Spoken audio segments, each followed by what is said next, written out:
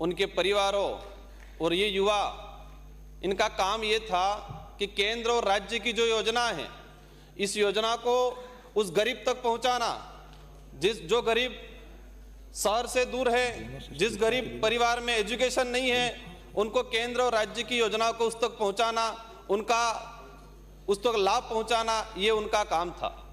माननीय अध्यक्ष महोदय, इनको पिछली सरकार ने लगाया। अब इस सरकार ने अब क्या सोच के ये निर्णय लिया, हमारी समझ से बाहर है।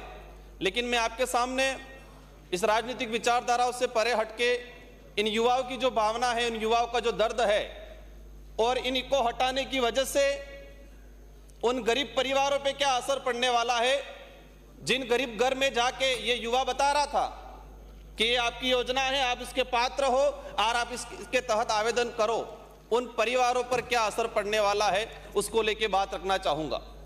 माननीय अध्यक्ष महोदय, अब हटाने के पीछे कई तर्क हो सकते हैं, लेकिन हमें एक भी सही तर्क नहीं लग रहा है। पूर्व सरकार ने लगाया था, कुछ नेताओं ने यह स्टेटमेंट दिया कि कांग्रेस के कार्यकर्ता थे। इन युवाओं पे क्या गुजरी होगी उस समय।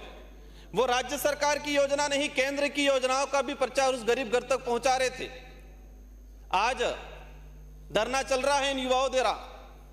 लेकिन मैं एक बात और बताना चाहूंगा कि पिछली वसुंधरा गवर्नमेंट की सरकार ने लास्ट में जाते वक्त पंचायत सहायक की भर्ती की, और उन पंचायत सहायक की जो भर्ती थी वो सरपंच और प्रिंसिपल मिलकर तय करते थे कि कौन बनेगा। इसमें कोई इंटरव्यू नहीं हुआ, कोई मेरिट नहीं बनी।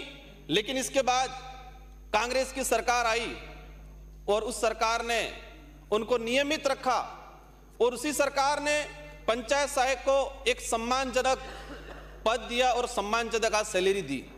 हम इस सरकार से भी ये आशा चाह रहे हैं कि पिछली सरकार ने जो लगाया था वो किसी के कार्यकर्ता नहीं थे, इनका इंटरव्यू हुआ।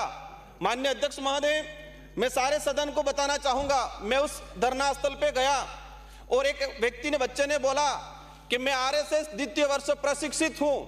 अगर कांग्रेस ने भेदभाव पूर्ण तरीके से और कार्यकर्ता आइडेंटिफाई करके अगर लगाया होता तो मैं कैसे लगा, ये उस आदमी ने सवाल किया।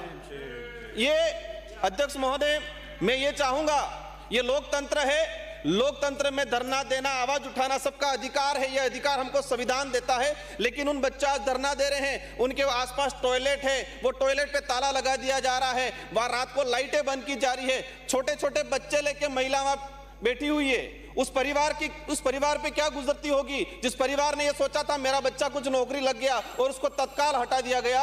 माननीय अध्यक्ष महोदय, कई भाजपा के विधायकों ने भी पत्र लिखा है, 20 से 25 भाजपा के विधायकों ने भी पत्र लिखा है। हम चाहेंगे माननीय सदस्य सहायकों, इन जो बैठ के बात करिए। माननीय अध्यक्ष महोदय, इनकी भावना को समझते हुए जो सरकार के मंत्री हैं, मुख्यमंत्री जी से अनुरोध करना चाहूंगा, और आप इस पे सख्त कार्रवाई करते हुए सरकार को निर्देश करें कि इन राजीव गांधी युवा मित्र को एज इट इज वापस लगाया जाए, और जो धरना दिया जा रहा है अभी तक परमिशन नहीं दी गई है, उनको परमिशन दे और इन युवाओं को राहत पहुंचाए, उस गरीब घर तक राहत पहुंचाए। छोटे छोटे बच्चे लेके सरकार मेडिकल की सुविधा करवाए। ध्यान करना चाहते आ गया। माननीय अध्यक्ष महोदय, आपसे अंतिम यही निवेदन करना चाहूंगा कि इनको बहाल किया जाए। बैठिए।